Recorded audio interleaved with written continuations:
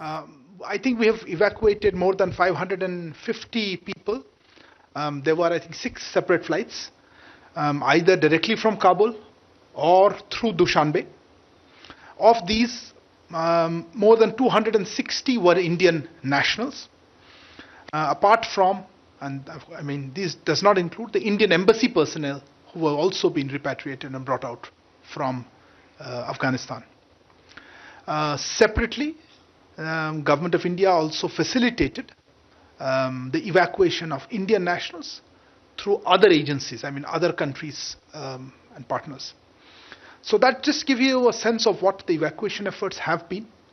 Of course, in this evacuation process, we were in touch with various countries, particularly, of course, the United States, which is controlling Kabul airport, as you mentioned, in Dushanbe, the government there, plus military flights overflew certain countries, such as Iran. So, of course, that kind of coordination also happened, I would say even Uzbekistan, Iran, etc.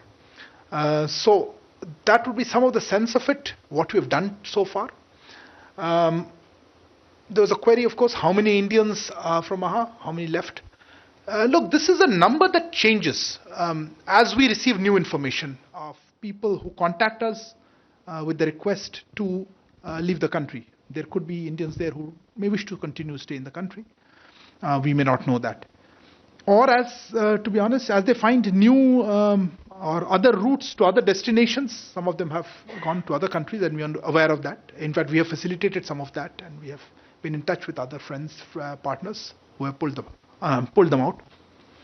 Our overall assessment is that the vast majority of Indians who wish to return have been evacuated. But of course, some more are likely to be in Afghanistan. I don't have an exact number for that, but we will keep you updated of further developments in this regard. I don't know about a deadline you mentioned about. I mean, to answer the question, are you talking about further flights? Look, you are aware of the very difficult situation on the ground right now. So we are in touch with various parties regarding when we can mount, such evacuation flights. And of course, again, we will share with you more details as we go ahead. I think that answers both Siddhant's question as well as yours. Regarding the policy on evacuation, as has been said earlier, our primary focus and continues to be on Indian nationals. Okay, I think that was important.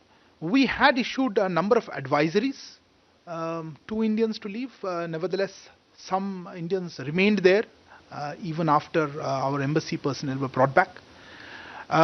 In addition to that, we were able to bring out some Afghan nationals as well as nationals from some other countries. Of these Afghan nationals, many of them were Sikh community and Hindus, but primarily our focus has, as I said, we will continue with the focus there on Indian nationals naturally. But we will also stand by Afghans who stood by us, as our minister has already said. You mentioned about, I think, the nomenclature of Devi Shakti. I think that also came up in your question. Look, I don't have the specifics of that. Like all other operations of this type, a name was suitably given to this, and that was Devi Shakti. I thought I had a query before I go to Ms. Pandey's thing about the MP who returned, right? That's the one you had asked about? Look, that was something that has come out, of course, in the media also. I would like to say that, look, you look at the circumstances in what happened.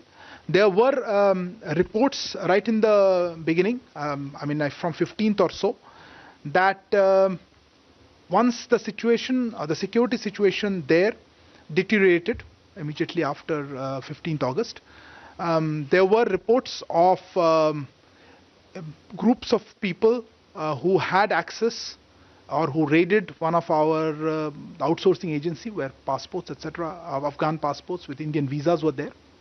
So in the light of the loss of Afghan passports containing Indian visas, our authorities were in a state of high alert.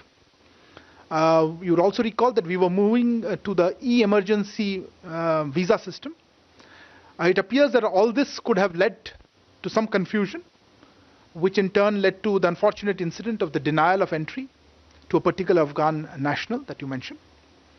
Of course, since then, many Afghan citizens have been evacuated to India, and an e-emergency visa window for Afghan nationals is now operational fully.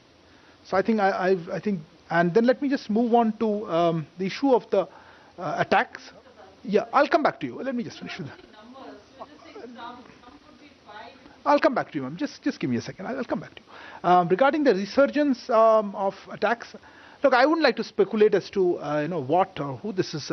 We have issued a statement condemning this and conveying our condolences to the families of the victims as well as those injured. We are in touch with various countries and partners. You've seen conversations that have happened at the Prime Minister's level, at the External Affairs Minister's level.